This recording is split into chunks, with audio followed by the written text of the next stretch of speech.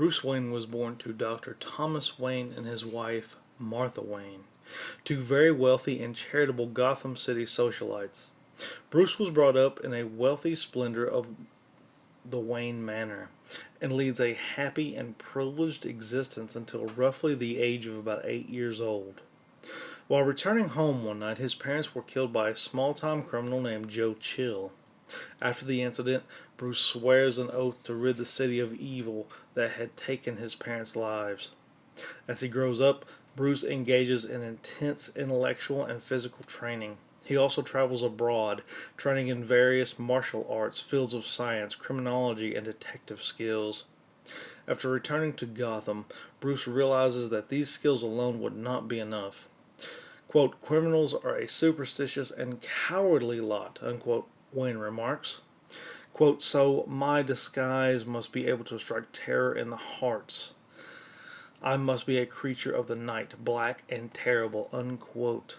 As if responding to these desires, a bat suddenly flies through the window, inspiring Bruce Wayne to assume the persona of Batman. Golden Age, Earth 2. In the early strips, Batman's career as a vigilante initially earns him the ire of the police. He initially operates alone, using only street contacts and circumstantial allies in his investigations.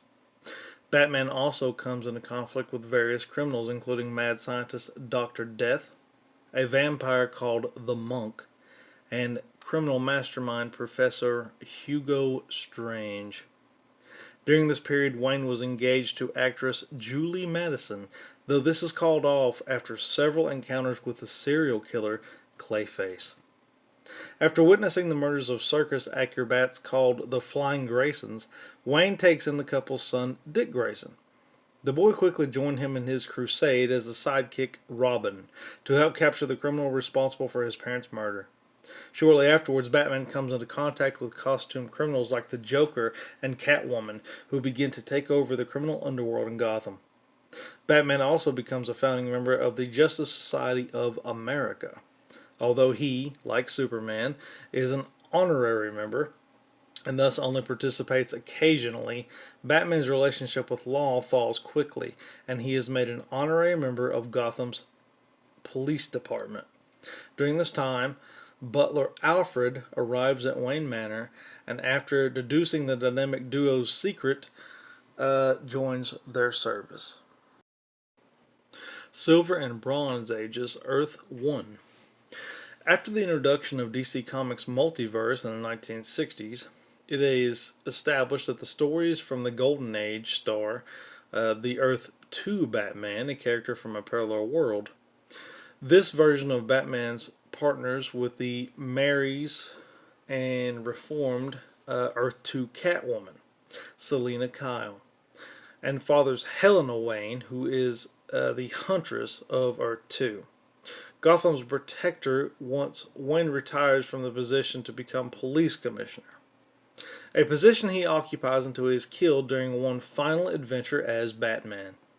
Batman titles, however, often ignored that a distinction had been made between the pre-revamped and post-revamped Batman, since unlike The Flash or Green Lantern, Batman comics had been published without interruption throughout the 1950s, and would on occasion make reference to stories from the Golden Age. Nevertheless, details of Batman's history were altered or expanded through the decades. Additions include meetings with a future Superman during his youth, his upbringing by his uncle Philip Wayne, introduced in Batman number 208, introduced in January through February 1969, after his parents' death, and appearances of his father and himself as prototypical versions of Batman and Robin respectively. In 1980, then editor Paul Levatz commissioned the Untold Legend of the Batman Limited series to thoroughly chronicle the Batman's origin and history. Batman meets and regularly works with other heroes during the Silver Age, most notably Superman, whom he began regularly working with alongside in a series of team-ups in the World's Finest comics, starting in 1954 and continuing through the series' cancellation up until 1986. Batman and Superman are usually depicted as close friends. Batman becomes a founding member of the Justice League of America, appearing in its first story in 1960s, Brave and the Bold number 28. In the 1970s and 1980s, Brave and the Bold became a Batman title, in which Batman teams up with different DC Universe superheroes each month. In 1969, Dick Grayson attended college as part of DC's comics effort to revise the Batman comics. Additionally, Batman also moves from Wayne Manor into a penthouse apartment atop the Wayne Foundation building in downtown Gotham City in order to be closer to Gotham's crime. Batman spends the 1970s and early 1980s mainly working solo, with occasional team-ups with Robin and or Batgirl. Batman's adventures also become somewhat darker and more grim during this period, depicting increasingly violent crimes, including the first appearances since the Golden Age of an insane murderous Joker and the arrival of Ra's al Ghul. In the 1980s, Dick Grayson became Nightwing. In the final issue of Brave and the Bold in 1983, Batman quits the Justice League and forms a new group called the Outsiders. He serves as the team's leader until Batman and the Outsiders number 32 in 1986, and the comic changed its title. Dark Age Batman New Earth. After the 12-issue limited series Crisis on Infinite Earths, DC Comics rebooted the stories of some major characters in an attempt at updating them for contemporary audiences. Frank Miller retold Batman's origin and storyline Year 1 from Batman number 404 through number 407, which emphasizes a grittier tone in the character. Though the Earth 2 Batman is erased from history, many stories of Batman's Silver Age / Earth 1 career, along with an amount of Golden Age ones as well, remain chronicled in the post-Crisis universe, with his origins remaining the same in essence despite a little bit of an alteration here or there. For example, Gotham's police are mostly corrupt, setting up further need for Batman's existence. While Dick Grayson's past remains much the same, the history of Jason Todd, the second Robin, is altered, turning the boy into the orphan son of a petty crook who tries to steal the tires from the Batmobile. Also removed is the guardian Philip Wayne, leaving young Bruce to be raised by Alfred. Additionally, Batman is no longer a founding member of the Justice League of America, although he becomes leader for a short time in a new incarnation of the team launched in 1987 to help fill the revised backstory for Batman following Crisis. DC launched a new Batman title called Legends of the Dark Knight in 1989 and has published various miniseries and one-shots since then that largely take place during the Year 1 period. Various stories from Jeff Loeb and Matt Wagner also touch upon this era. In 1988's A Death in the Family storyline from Batman number 426 through 429, Jason Todd, the second Robin, is killed by the Joker. Batman takes an even darker, often excessive approach to his crime fighting. Batman works solo into the decade's close when Tim Drake becomes the new Robin. In 2005, writers resurrected the Jason Todd character and have pitted him against his former mentor. Many of the major Batman storylines since the 1990s have been intertitle crossovers that run from a number of issues. In 1993, the same year that DC published the Death of Superman storyline, the publisher released the Nightfall storyline. In the storyline's first phase, the new villain Bane paralyzes Batman, leading Wayne to ask Azrael to take on the role. After the end of Nightfall, the storylines split in two directions, following both the Azrael and Batman's adventures, and Bruce Wayne's quest to become Batman once more. The story arcs realign in Night's End as Azrael becomes increasingly more and more violent and is defeated by a healed Bruce Wayne. Wayne hands the Batman mantle to Dick Grayson, then Nightwing, for an period of time while Wayne trains to return to his role as Batman. In 1994's company-wide crossover Zero Hour changes aspects of DC's continuation again, including those of Batman. Noteworthy among these changes is the great general populace, and the criminal element now considers Batman an urban legend rather than a known force. Similarly, the Wayne's killer is never caught or identified, effectively removing Joe Chill from the new community or continuity, and rendering stories such as Year 2 as non-canon Batman stories. Batman once again becomes a member of the Justice League during Grant Morrison's 1996 relaunch of the series, titled JLA.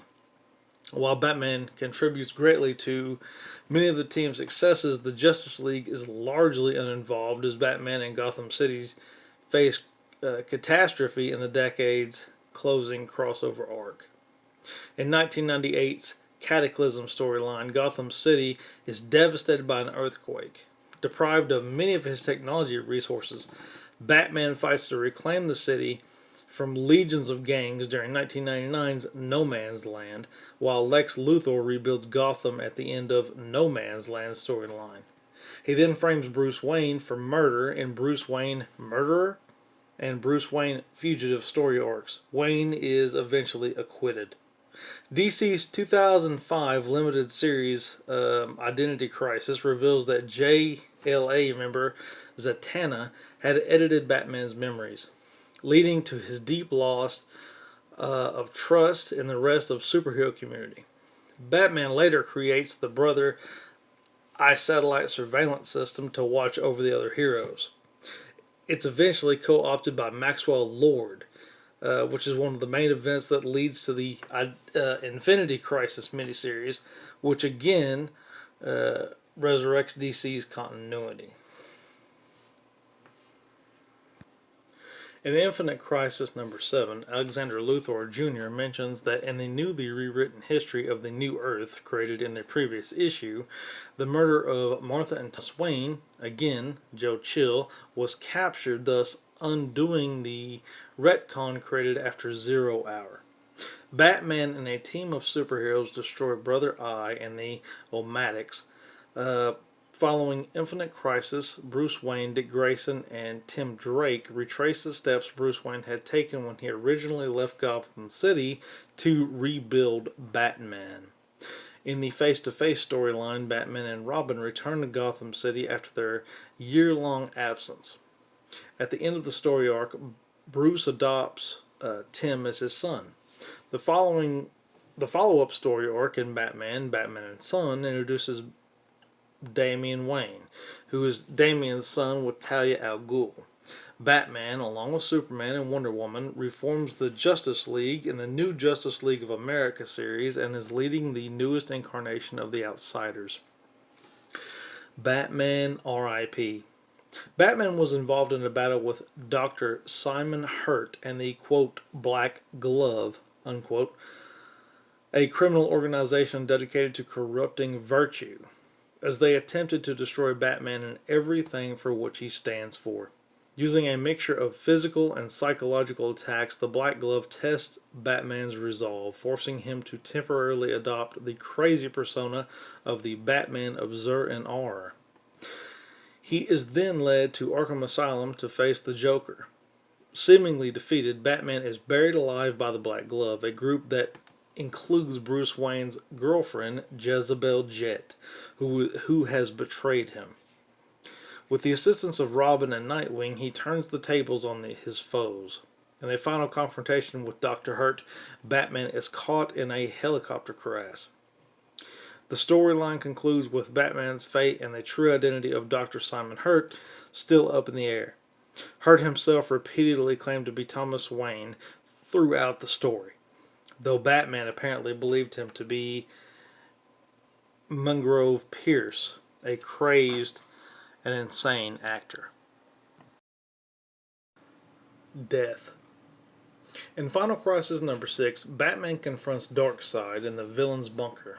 He states that he will make an exception to his no firearms rule and shoots Darkseid using the bullet that killed Oron and hits Darkseid. As Darkseid dies, he fires the Omega Sanction, which traps his victim's soul in a series of alternate lives, each worse than the one before it, from his eyes and hits Batman. Before the Omega Sanction hits Batman, he secretly says, "Gotcha."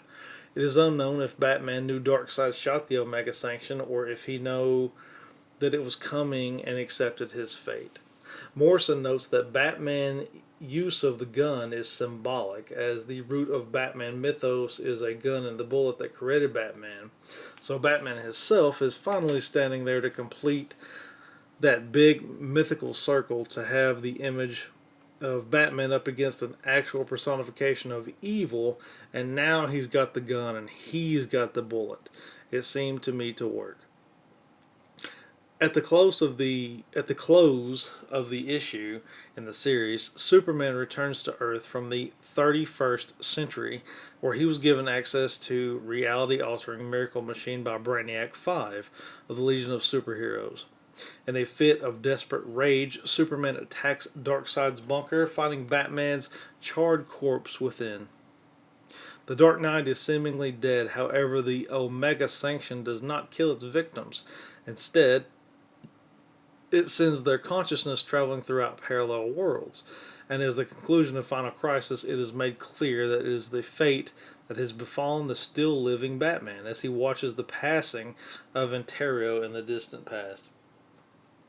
For the most part, Batman's family and friends come to believe that Bruce Wayne is indeed dead.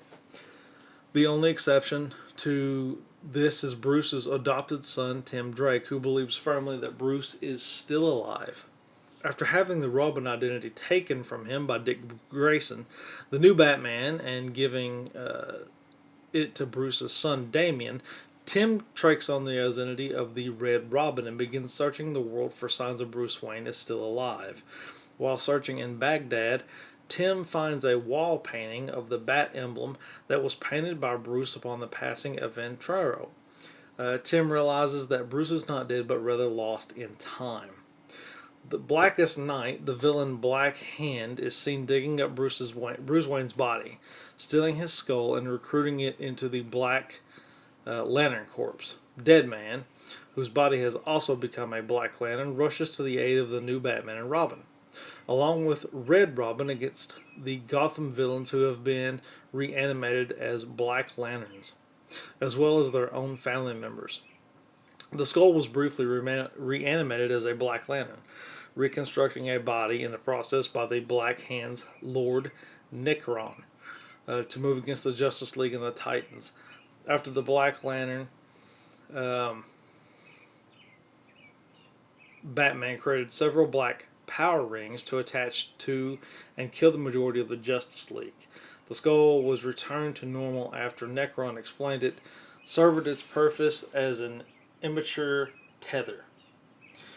Necron also referred to the Skull as Bruce Wayne, knowing that the body was not authentic. In Batman and Robin's third storyline, The Blackest Night, it is revealed that the body left behind at the end of Final Crisis number 6 was actually a clone created from a failed attempt by Darkseid to amass an army of Batmen. Because of this, the skull that was used by the Black Lantern Corps and reanimated by Necron was a fake. Dick Grayson, thinking it was Bruce Wayne's real body, attempted to resurrect it in a Lazarus pit, only to be met with a fierce, mindless combatant. He then realized the truth about the body. Batman, in my eyes, will always be one of the greatest heroes. He'll always be one of my heroes, and he's one of my personal favorite comic book characters of all time. Batman always does what's right. And the fact that Wayne puts his billions of dollars in financial tech and everything else that he knows and has studied around the world, martial arts included, he puts all that money forth to do what's right for everyone else.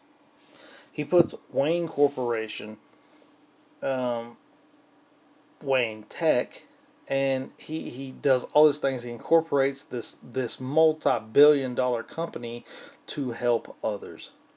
If only real billionaires in our real world did this, maybe we would be living a whole lot better life right now. We all have a lot to learn from Bruce Wayne and from Batman, who are two and the same people. Who knows if Bruce Wayne is the real face or if Batman is the real face? Maybe they're both the real face combined. Maybe both men really are the hero when they come together as one. Maybe Batman's the real face. Maybe Bruce Wayne is the real face. Who knows? All I know is we all have a lot to learn from Batman and from Bruce Wayne. And I really wish millionaires would put their money and their resources and their companies to the test for doing what's right. I would be more than happy if real life billionaires in our real world acted just like Bruce Wayne and put their billions and billions of dollars on the line and their companies on the line and their lives on the line just to do the right thing. I'm really glad that Batman is one of my heroes, and I hope he's around for a very, very long time.